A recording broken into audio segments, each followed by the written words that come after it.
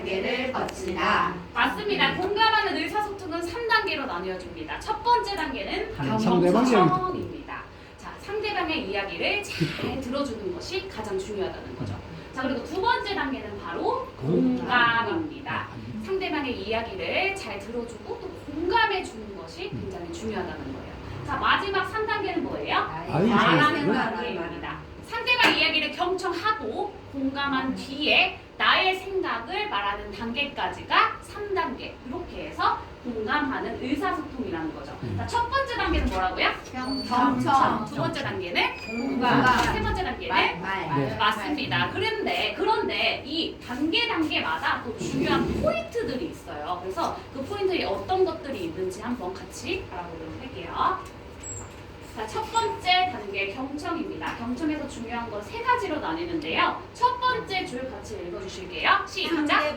상대방이 말할 때 상대방의 눈을 맞춘다. 맞습니다. 상대방이 이야기할 때는 하던 일을 멈추고 그 사람의 눈을 바라보며 그 사람의 이야기에 집중해야 된다는 거죠.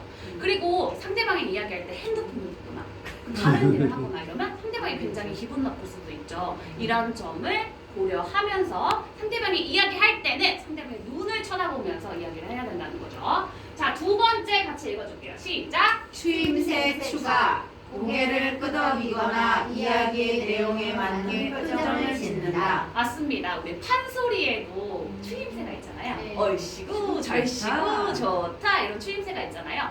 우리가 누군가 이야기할 때도 이런 추임새를 추가해 줘야 된다는 거예요. 예를 들어 상대방이 이야기를 해요. 그럼 그래? 맞아. 이렇게 추임새를 추가해 줘야 된다는 거죠.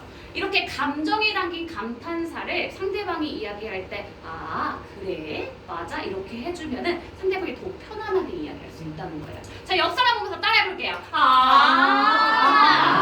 그래? 맞아.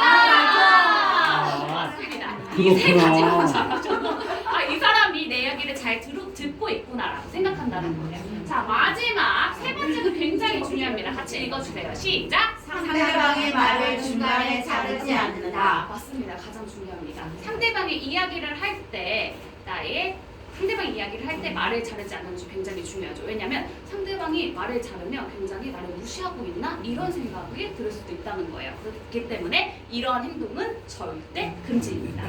자, 두 번째 단계는 뭐였었어요? 공감. 자, 공감에서 중요한 게 또 두 가지가 있어요. 첫 번째 줄 같이 읽어줄게요. 시작! 가장 먼저 상대방에게 심리적인 위로를 건넨다. 맞습니다. 가장 먼저 상대방의 심리적인 부분에 대해서 공감을 해주라는 거죠. 예를 들어서 우리 아이가 이제 학교를 갔다 왔어요. 근데 와가지고 엄마한테 얘기하는 거야.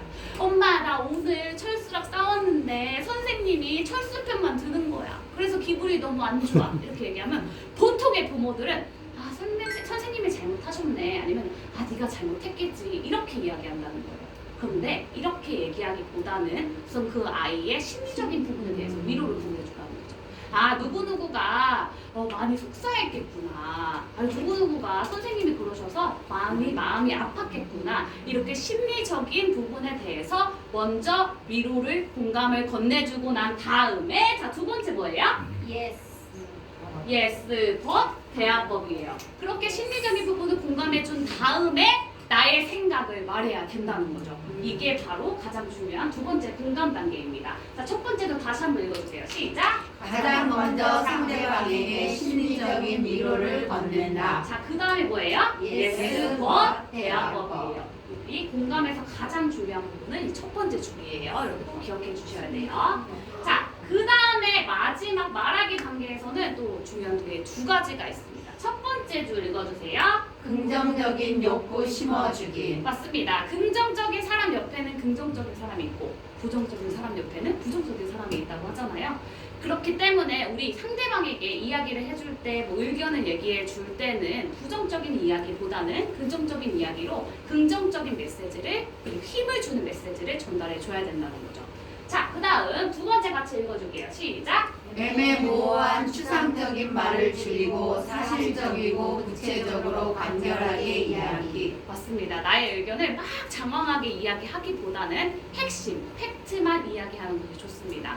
그리고 이런 사람들이 있어요. 공감해 준답 쉬고 나서 그러니까 상대방이 이야기를 하는데 내 이야기를 빗대어서 이야기를 하다가 이 이야기 주제가 나한테 오는 거예요. 그럼 상대방이 입장에서는 어떻겠어요? 내가 얘기를 시작했는데 내가 자문을 구했는데 상대방이 이야기로 넘어가네? 이러면서 기분이 나쁠 수도 있다는 거예요. 그렇기 때문에 이러한 부분들을 고려하면서 나의 생각과 의견을 얘기해야 된다는 거죠. 그게 바로 3단계 말하기 단계입니다. 자, 이것들을 여러분들이 고려해서 첫 번째 단계부터 세 번째 단계까지 이제 공감하는 의사소통을 적용해 보도록 할 텐데, 사실 이렇게 배우기는 했지만 우리가 나가가지고 또 이 공감하는 의사소통은 그럼 어떻게 적용시키는 게 좋을까 하고 어려워하시는 분들이 계시잖아요. 그래서 이 공감하는 의사소통 중에서 가장 쉽게 할 수 있는 화법이 바로 복사화법이라는 거예요.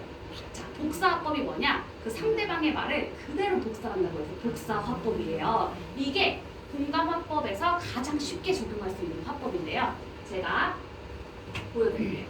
복사화법의 가장 대표적인 대화문입니다.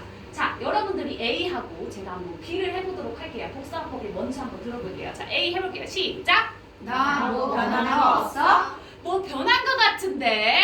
나 머리 했잖아. 아, 머리 했구나!